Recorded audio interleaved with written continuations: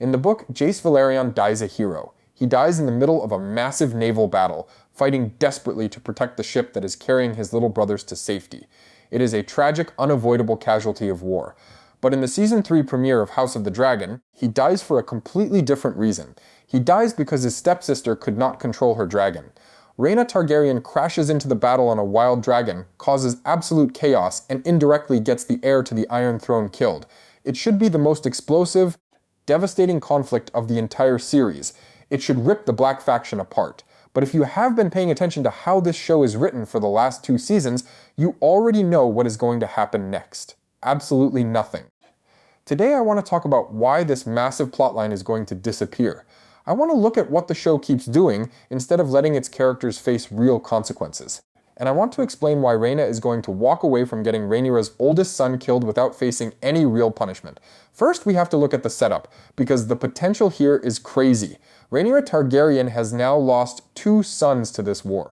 At the end of Season 1, she lost Luke.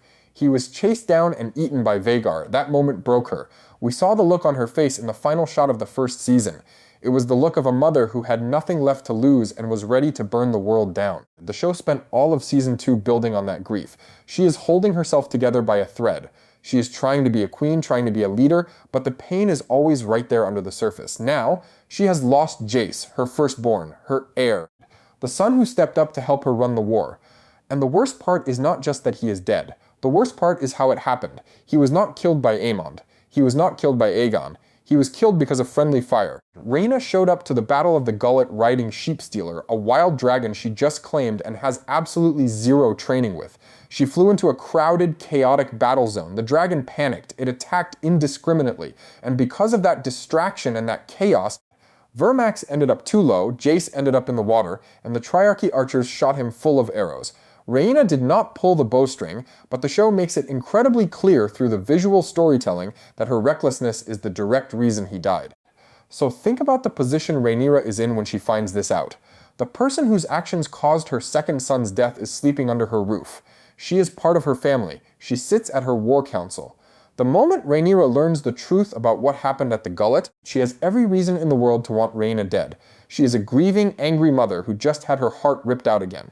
Then, you add Daemon Targaryen to the mix. Rhaena is his daughter. He is Rhaenyra's husband and her fiercest enforcer. For 2 seasons, Daemon has been the guy who does the dirty work. He is the one who ordered blood and cheese. He is the one who handles the violence. But what happens if Rhaenyra looks at him and tells him to deal with Rhaena? Daemon would have to make an impossible choice. He has to choose between the queen he serves, the woman he loves, and his own blood. He has to choose between his wife and the child he raised. That is the kind of conflict that ends alliances. That is the kind of drama that splits factions right down the middle. Imagine Daemon having to sneak his daughter out of Dragonstone in the dead of night. Imagine him drawing his sword against Rhaenyra's guards to protect her.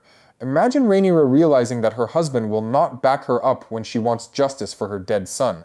Book readers already know that the show completely changed this dynamic. In the book Fire and Blood, Rhaena never claims Sheepstealer. The show cut a character named Nettles and gave her entire plotline to Rhaena.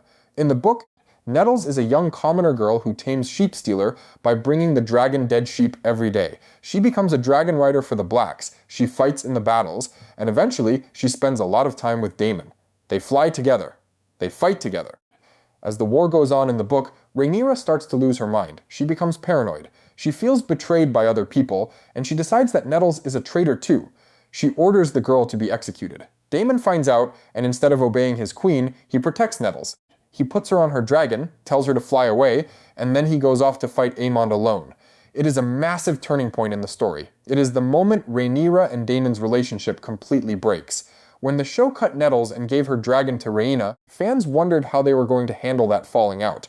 Rhaenyra being paranoid about a random commoner girl makes sense, but why would she turn on her own stepdaughter? Well, the Season 3 premiere just gave us the perfect reason.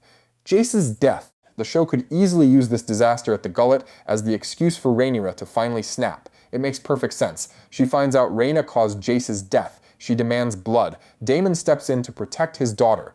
The marriage falls apart, and the Black faction fractures from the inside. It would be a massive, dark twist. It would use the change that made to the book to create something genuinely devastating. And that is exactly why I know the show is going to chicken out. The writers of House of the Dragon have a very specific pattern, and it is a pattern that has been getting clearer and more frustrating with every single episode. Every time the source material gives the writers a dark, brutal, unforgivable moment, they pull back, they soften it, they reach for an emotional resolution instead of letting the ugly consequences land. Let's look at the track record, because you have to see it all together to understand what is happening. Start with Laenor Velaryon in Season 1. In the book, Laenor's death is a brutal, calculated political murder. Rhaenyra and Daemon need to get married to strengthen their claim to the throne, but Rhaenyra is already married to Laenor, so Laenor gets killed by his lover in a public marketplace. The book strongly implies that Daemon paid the lover to do it. It is a moment that tells you exactly who Daemon and Rhaenyra are. They are two people who are willing to have an innocent man murdered just so they can get what they want. It is dark. It is ruthless. The show looked at that and decided it was too mean. They did not want the audience to hate Rhaenyra, so they invented a fake death. Laenor and his lover sneak out in a boat and sail away to live happily ever after in Essos. They kill a random innocent servant instead, throw his body in the fire, and pretend it is Laenor. The show preserved the romance. They protected their lead characters from doing something truly evil. They softened the moment. Then look at Alicent Hightower. In the book, the Green Council's takeover of the throne is a cold-blooded political coup. Alicent and her allies have been planning it for years. The second King Viserys dies, they spring into action. They lock up the people who disagree with them. They leave the king's body to rot in his room while they secure the treasury and the city watch. It is a calculated, ruthless power grab by a woman who knows exactly what she is doing. The show completely changes this. They reframe the entire coup as a misunderstanding. Viserys is lying in bed, high on milk of the poppy, mumbling about the Song of Ice and Fire. Alicent hears him say the name Aegon, and she mistakenly thinks he is changing his mind about the succession with his dying breath. She genuinely believes he wants her son on the throne. Suddenly, the betrayal is an accident. She is not a ruthless politician, she is just a grieving wife who made an honest mistake. The show stripped away her agency just to make her more sympathetic. Then we have Rhaena Targaryen and the blood and cheese incident. Her young son is murdered right in front of her. In the book, the psychological toll of this is horrific. She breaks completely. She refuses to eat. She refuses to bathe. She cannot even look at her surviving son because she was forced to choose which one would die. She eventually loses her mind entirely and throws herself out of a window. It is one of the darkest, most tragic things George R.R. Martin has ever written. The show gives us something completely different. They turn Rhaena into a quiet, disconnected, prophetic figure. When the assassins come into her room, she does not scream or fight. She points out her son, grabs her daughter, and runs away. In the episodes that follow, we barely see her grieve. She delivers some cryptic lines about the future. She says she is sad, but she does not look broken. The visceral, ugly reality of a mother losing her child in the worst way possible is smoothed over. It is made neat and tidy.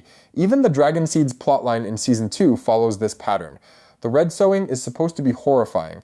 Rhaenyra needs dragon riders, so she invites dozens of commoners who claim to have Targaryen blood to try and claim a dragon. In the book, it is a massacre. Most of the people are burned alive or eaten. It is a desperate, bloody gamble. The show does show us the fire and the dying, but it completely brushes past the moral weight of what Rhaenyra just did. She locked a bunch of desperate peasants in a cave with a monster and watched them burn, but the show does not frame her as cruel for doing it. It focuses entirely on the triumph of Hugh and Ulf getting their dragons. The camera moves on. The narrative moves on. The darkness is ignored. This pattern is everywhere.